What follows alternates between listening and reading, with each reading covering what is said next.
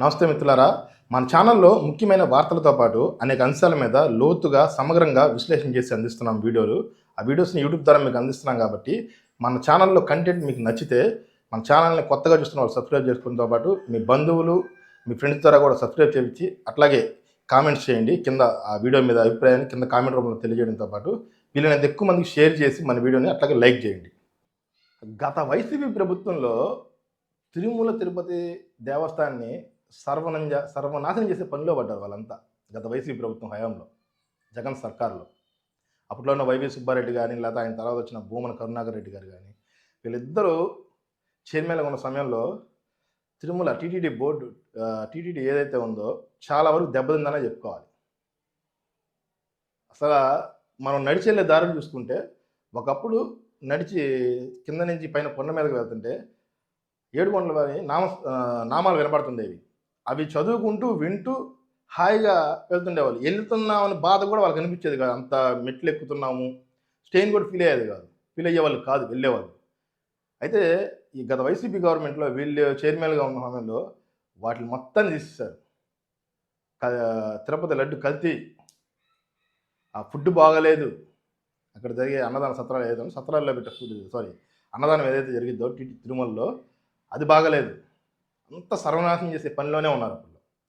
తాజాగా ఈ తిరుమల దేవస్థానం ఎవరైతే ఏడుకొండల వాడు కలియుగ ప్రతిష్ఠితమైన ఏడుకొండల స్వామి డబ్బును కూడా కాజేశారు గత వైసీపీ సర్కారులో. దాంట్లో పనిచేస్తున్న ఉద్యోగం మళ్ళీ ఎవరో కాదు, దాంట్లో పనిచేస్తున్న అక్కడ అంటే టీటీడీ తిరుమల దేవస్థానం స్వామివారికి వచ్చే డబ్బును లెక్కడానికి పరకామణి ఉంటుంది. ఆ పరకామణిలో గుమస్తాగా పనిచేస్తే రవికుమార్ అనే వ్యక్తి ప్రస్తుతం నిందితుడు. అతను డాలర్లు అంటే స్వామివారికి వచ్చే డాలర్ని లెక్కించే దాంట్లో ఉంటాడు. రోజు డాలర్లు లెక్కించి 10 నుండి 12 లక్షల వరకు డైలీ ఎవరికి తెలియకుండా తీసుకుని వెళ్ళిపోయేవాడు, కాజేసేవాడు. స్వామివారి సొమ్మును కాజేసి ఏం బాగుపడదాం అనుకున్నాడు అతను. ఇది ప్రపంచవ్యాప్తంగా హిందువుల మనసుని ప్రస్తుతం ఈ అంశం దెబ్బతీస్తుందని చెప్పుకోవాలి. దీని మీద హిందువులందరూ రియాక్ట్ కూడా అవ్వాలి. ఈ విషయం మీద స్వామివారి డబ్బులు తీసుకునేది ఏంది? ఇట్లా తీసుకొని కోట్లు కూడా పెట్టి అతను ఆస్తులు కొనుగోలు చేశాడు. ఆ చిత్తూరు జిల్లా కానీ, ఆ తిరుపతి సర్కిల్ పరిధిలో కానీ, ఇతర చోట్ల కానీ, లేదా చెన్నై దగ్గర కానీ దాదాపు 110 కోట్లకు పైన సంపాదించి ఈ విధంగా ఆస్తులు కూడబెట్టి స్వామివారి డబ్బుతో సొంతంగా ఆస్తులు కొనుక్కున్నాడు అతను. తాజాగా ఏం జరిగిందంటే ఈ విషయం బయటకు వచ్చింది. అది కూడా ఒక జర్నలిస్టు ఎం శ్రీనివాసన్ అనే అతను ఫస్ట్ ప్రస్తుతం ఉన్న టీటీడీ ఈవో అని కలిసి గతంలో జరిగిన ఈ విషయం మీద అతనికి ఎంక్వైరీ చేయాలని చెప్పి ఒక అర్జీలాగా ఇచ్చారు. కాకపోతే దాన్ని ఈవో గారు పట్టించుకోకపోతే ఆయన శ్రీనివాసులు గారు, రిపోర్టర్ అయిన శ్రీనివాసులు గారు హైకోర్టులో పిటిషన్ వేశారు. దీంతో ప్రస్తుతం ఈ విషయం హాట్ టాపిక్ మారిపోయింది. ఇప్పుడు దేశవ్యాప్తంగా టీటీడీలో జరిగిన ఈ ఏదైతే దొంగతనం ఉందో గత వైసీపీ సర్కార్లో ఇది హాట్ టాపిక్ మారిపోయిందని చెప్పుకోవాలి. అప్పట్లో ఈ ఎవరైతే రవికుమార్ ఉన్నాడో ఈ రవికుమార్ వ్యక్తి రోజు డబ్బులు తీసుకుంటా వెళ్తున్న సమయంలో 2023లో 4 నెలలో 29వ తారీఖు అక్కడ అసిస్టెంట్ విజిలెన్స్ ఆఫీసర్గా ఉన్న సతీష్ కుమార్ అని ఆయన విజిలెన్స్ ఆఫీసర్గా ఉన్నారు. ఆయనకి దొరికిపోయాడు డబ్బులు తీసుకెళ్తా ఈ డాలర్లు దొంగచాటుగా. ఆ వీడియో కూడా మీకు ఇస్తాను, మీరు కూడా చూడండి. ఆ వీడియోలో క్లియర్ కనబడుతుంది ఇతను దొంగతనం చేసి తీసుకువెళ్ళడం కూడా. దాంట్లో దొరికిపోయాడు. దీంతో 2023 అప్పట్లో దీని మీద ఆయన టీటీడీ అదే తిరుమల 1 టౌన్ పోలీస్ స్టేషన్లో ఫిర్యాదు చేశారు.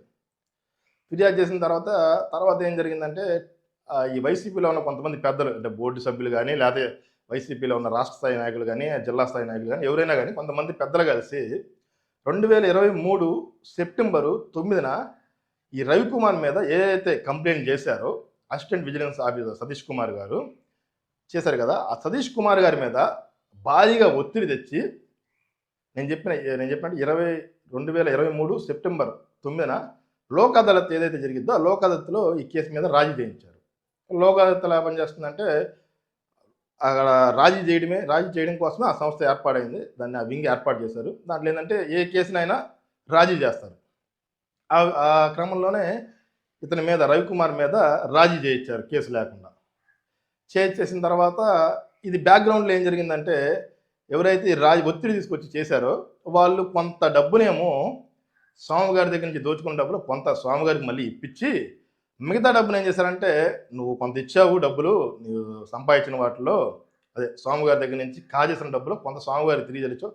మిగతాది మాకివ్వు అని చెప్పి అతని మీద అతన్ని బలవంతం చేసి లేదా బెదిరించి అతని సొమ్ము ఏదైతే స్వామివారి దగ్గర నుంచి కాజేసిన వాటిలో కొంత స్వామివారికి ఇచ్చిందా, మిగతా కొంతలో ఈ పెద్ద మనుషులు ఎవరైతే ఉన్నారో వాళ్ళు నొక్కేశారు. అతన్ని బెదిరించి కానీ ఫ్లాట్లు రాయించుకోవడం కానీ ఏదైనా కానీ అది ఎవరనేది ప్రస్తుతం అయితే క్లారిటీ లేదు. ప్రస్తుతం విచారణ జరిగింది దీని మీద. విచారణ జరిగిన తర్వాత పూర్తి విషయాలు వెలుగులోకి వస్తాయి. అప్పుడు నేను మళ్ళీ వీడియో చేస్తాను.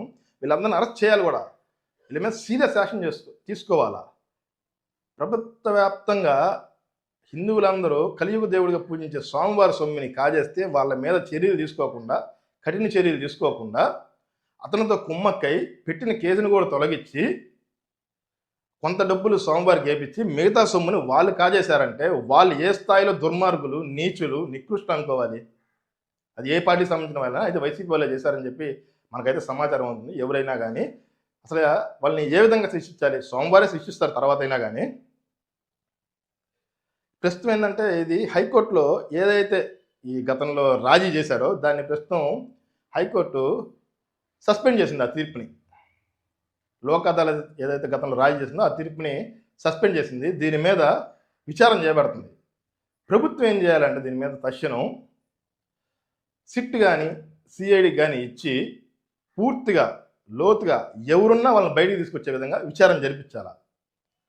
తీసుకొచ్చిన వారి మీద కఠినమైన చర్యలు తీసుకోవాలా. ఇంకోసారి టీటీడీ గురించి కానీ లేదా స్వామివారికి సంబంధించిన వాళ్ళ సొమ్ముకు సంబంధించిన ₹1 తీయాలన్నా కానీ ఎవరైనా ఏ పాలక మండలి ఉన్నా ఏ పార్టీ అధికారంలో ఉన్నా భయపడిపోయే విధంగా చర్యలు తీసుకోవాలా. ప్రభుత్వం ఆ విధంగా చేస్తుందని చెప్పి నేనైతే కోరుకుంటున్నా. హిందువులందరి తరపున కూడా నేను కోరుకుంటున్నా, అందరూ కూడా కోరుకుంటున్నారు.